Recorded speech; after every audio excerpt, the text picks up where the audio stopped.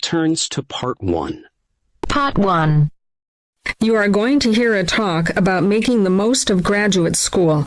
First, you have some time to look at questions 1 to 6.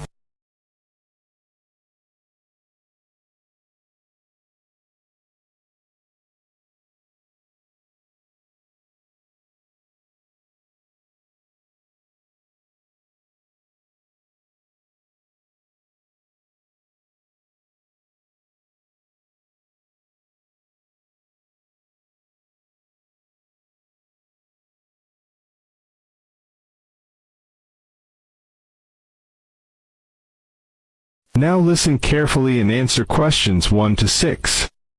Good afternoon. Welcome to you, new entrants to the graduate school.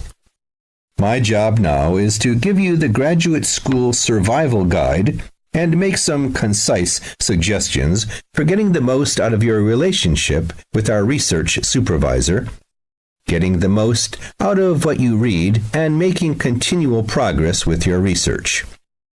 First, your relationship with your supervisor. This is fundamental. Meet regularly.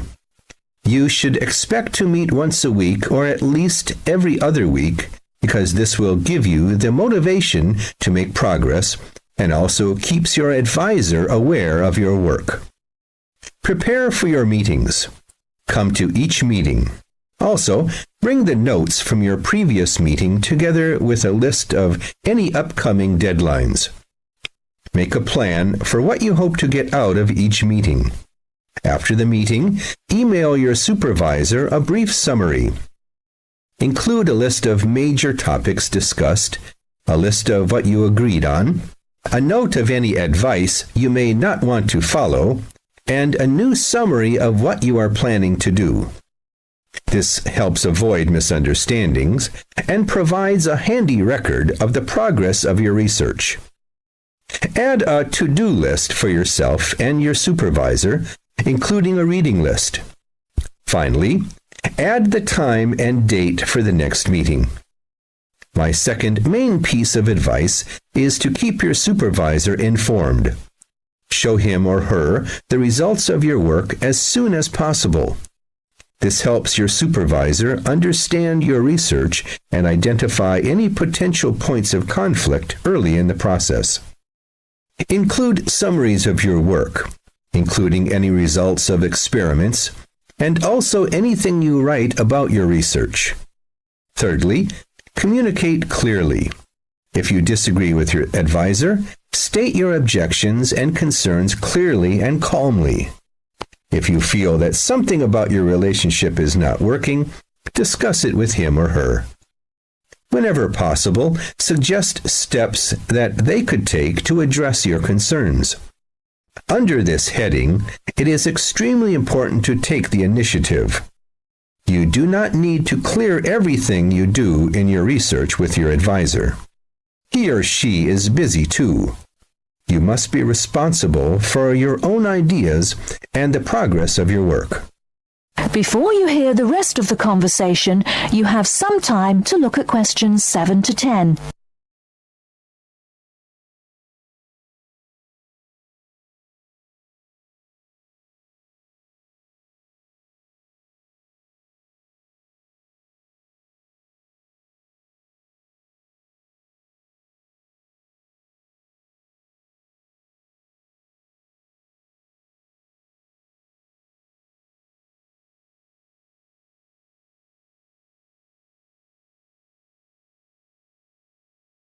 Now listen and answer questions 7 to 10.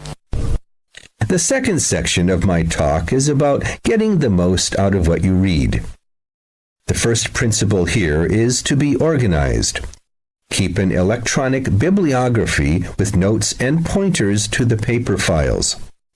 Keep and file all the papers you have read. Point 2, be efficient.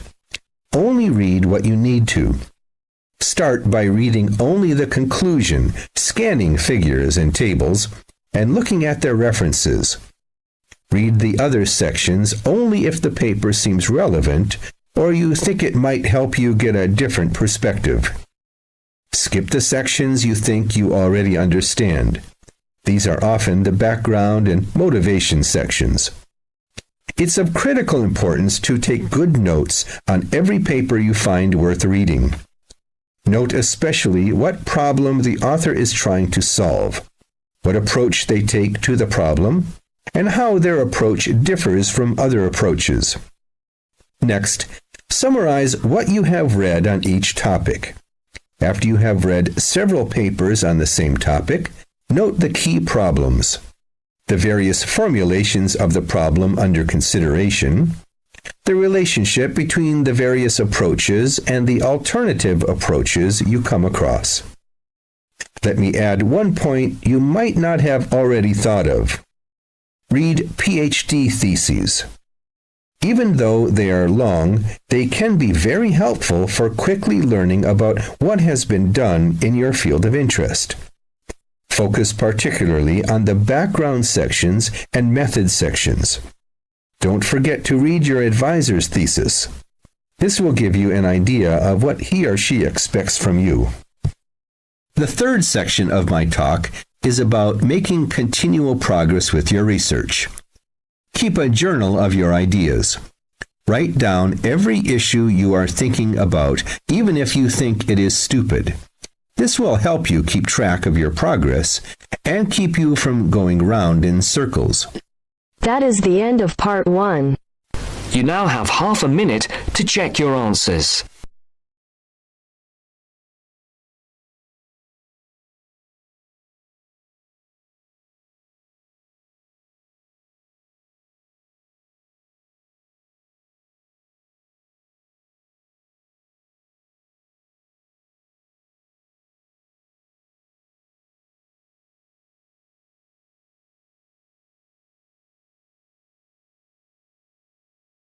Now turns to part 2. Part 2. You are going to hear a talk given by an international student. First, you have some time to look at questions 11 to 16.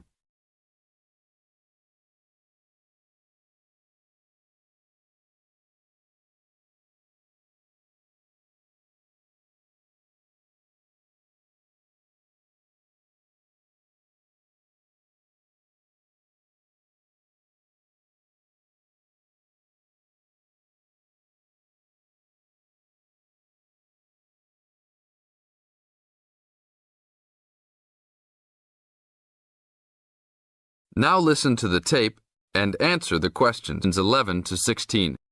As an international student coming from Sierra Leone, it gives me great honor to give these opening remarks and welcome you all to Ashesi University, where excellence is the code.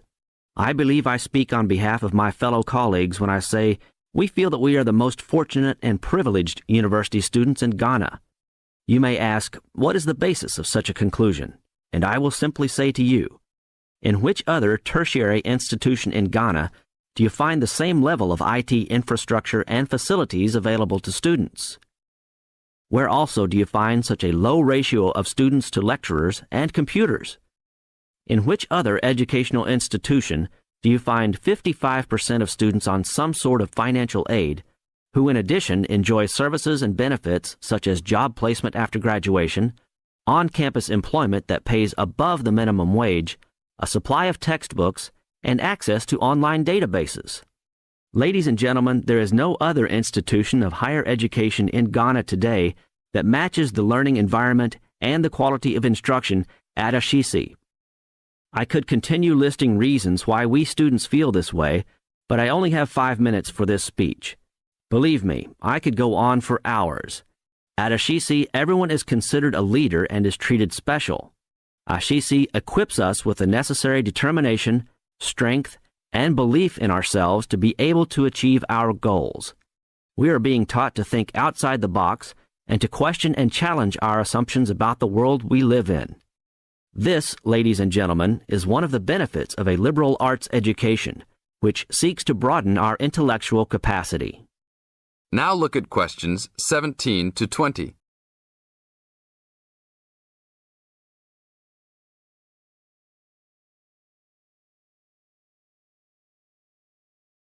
As the talk continues, answer questions 17 to 20.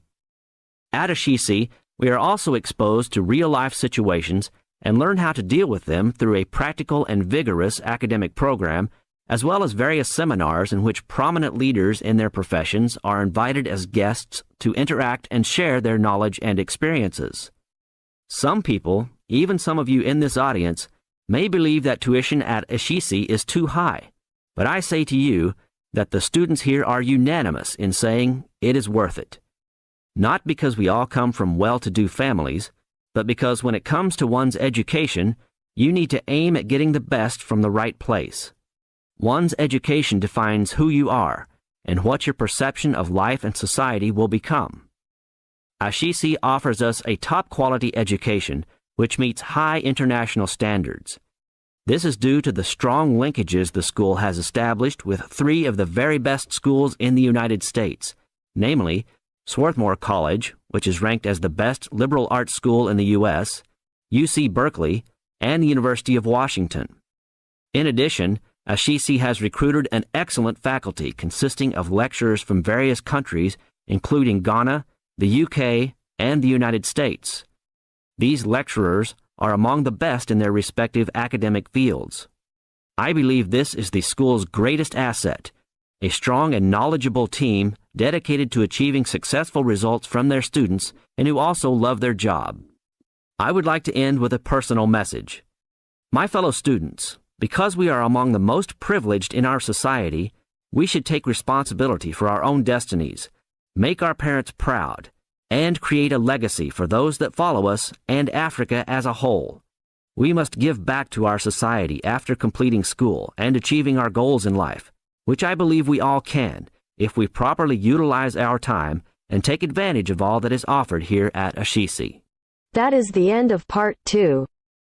You now have half a minute to check your answers.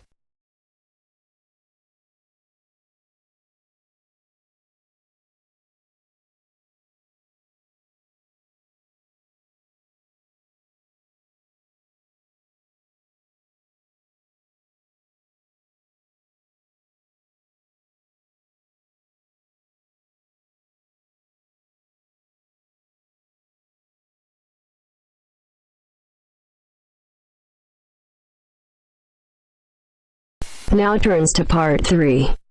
Part 3. A student wants to register for a conference. Listen to the conversation between the student and the woman and answer the questions. First, you have some time to look at questions 21 to 24.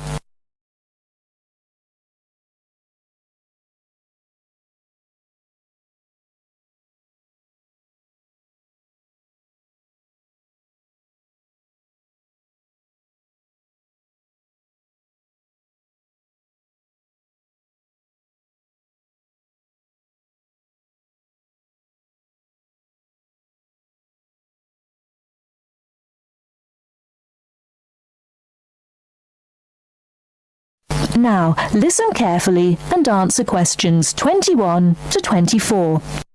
Good morning. Can I help you? Yes. Is this where we register for the Beyond 2000 conference? Yes. What's your name and I'll get your conference bag. Well, I haven't actually registered yet. I was told I'd be able to register today, so I hope that's okay. I've just arrived in Melbourne. That should be fine if you're a student. I'll need to take your details though. So, can I have your full name? Yes, sure. It's Melanie Mitchell. Is that M-I-T-C-H-E-L-L? Yes, that's right. And that's Ms., not Miss. Okay, fair enough. And what's your address, Melanie? I live in student accommodation at Sydney University, so my address there is Room 66, Women's College, Newtown. Okay. And which faculty are you studying in? I'm in the Faculty of Education. I'm doing a Master's in Primary School Teaching. Right. And may I see your student card because I need to verify that you're a current student? Yes, sure. Here it is. My number is 994-578-ED. The woman asks the student some more questions about the conference. Before you hear the rest of the talk, you have some time to look at questions 25 to 30.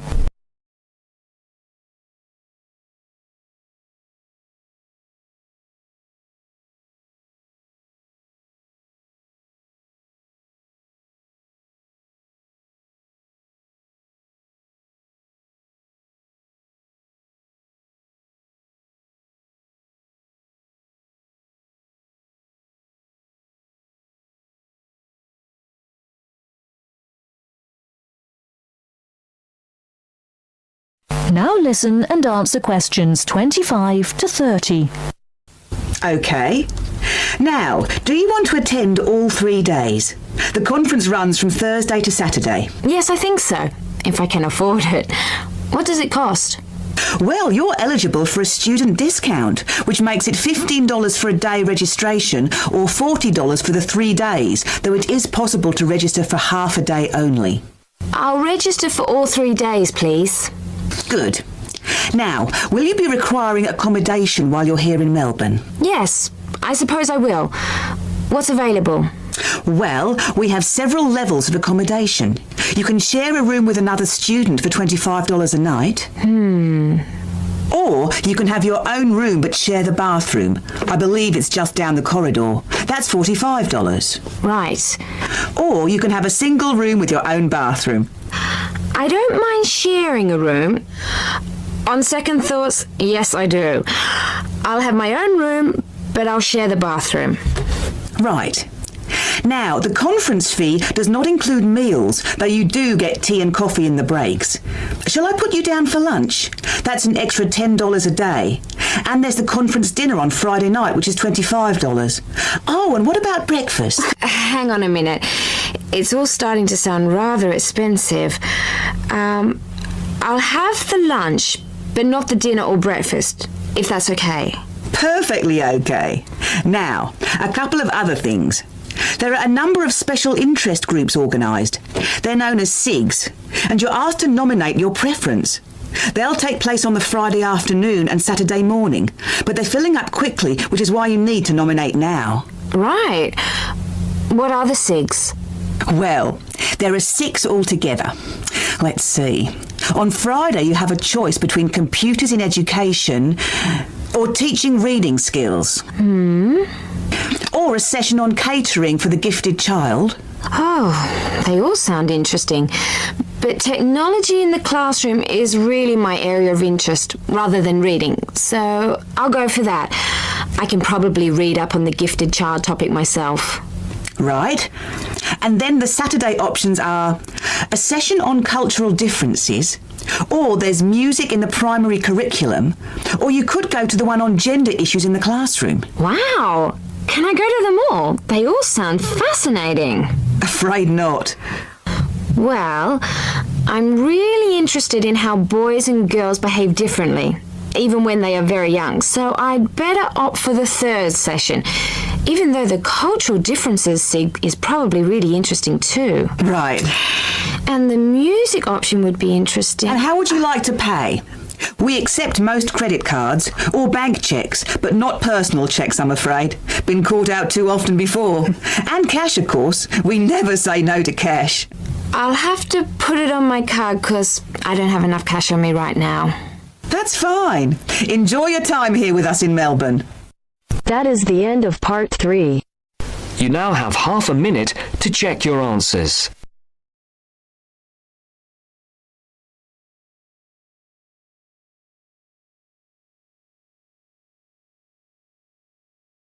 Turns to Part 4. Part 4. You are going to hear a lecturer giving a talk on a type of fundraising for business called crowdfunding. First, you have some time to look at questions 31 to 32.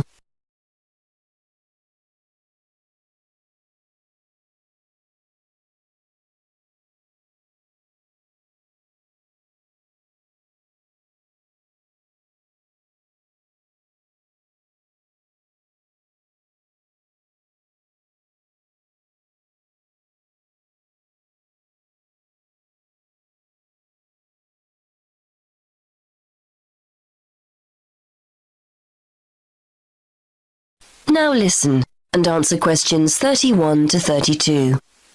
Good morning, everyone. Today we're continuing our look at funding opportunities for small startup businesses. The emergence of social media has given companies the ability to connect with fans and potential customers directly. On the back of the growth in social media, a model of raising finance has emerged known as crowdfunding. This revolutionary way of raising finance began with micro-lending in the 90s. More recently, an equity-based model has emerged that allows people to invest directly in a new company. We're going to examine this in more detail later, but let's turn first to a third model, which I'll term a fan-based model. With this model of crowdfunding, individuals are encouraged to give an amount of money to support the launch of a project or initiative without the promise of any financial return. Instead, there's a reward for donating. This contrasts with the micro-lending model, which would require a return on investment, and the equity-based scheme, which may offer shares. Before you hear the rest of the talk, you have some time to look at questions 33 to 40.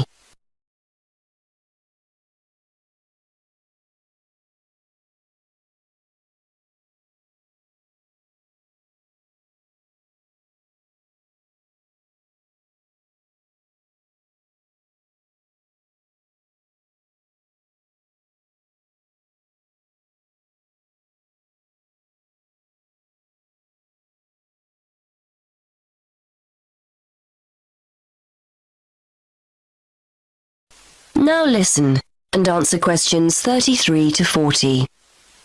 Crowdfunding portals or websites allow the business concerned to present the initiative along with the financial target required.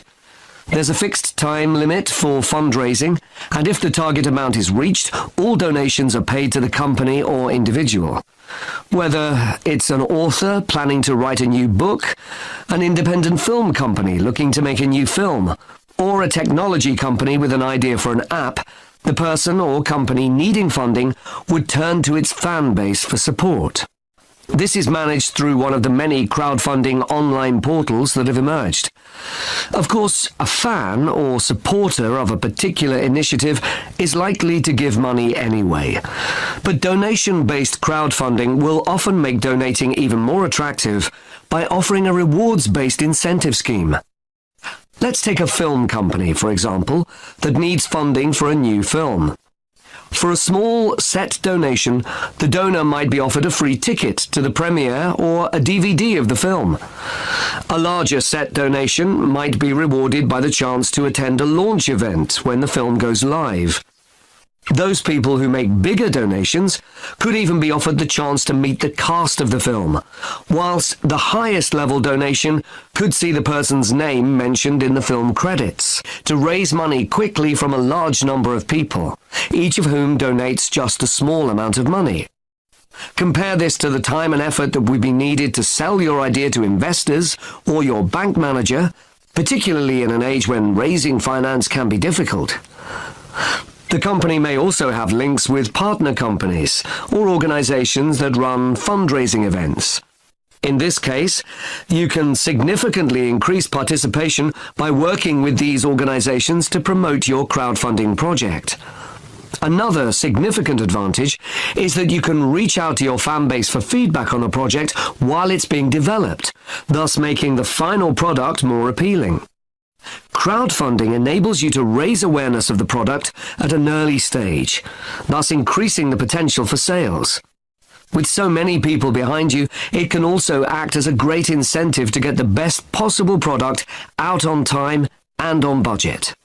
However, there are disadvantages to bear in mind. The model can be described as all or nothing. If you don't reach the monetary target required in the agreed time, all promises of donations are cancelled and no money is paid, leaving you back at square one. Should this happen, or still worse, you receive the funding but are unable to come up with the product, not only will your fans end up disappointed, but the portal will record the fact that you failed to reach your target, or that the initiative failed. Fulfilling all the pledges that you've made to people can also be very time-consuming.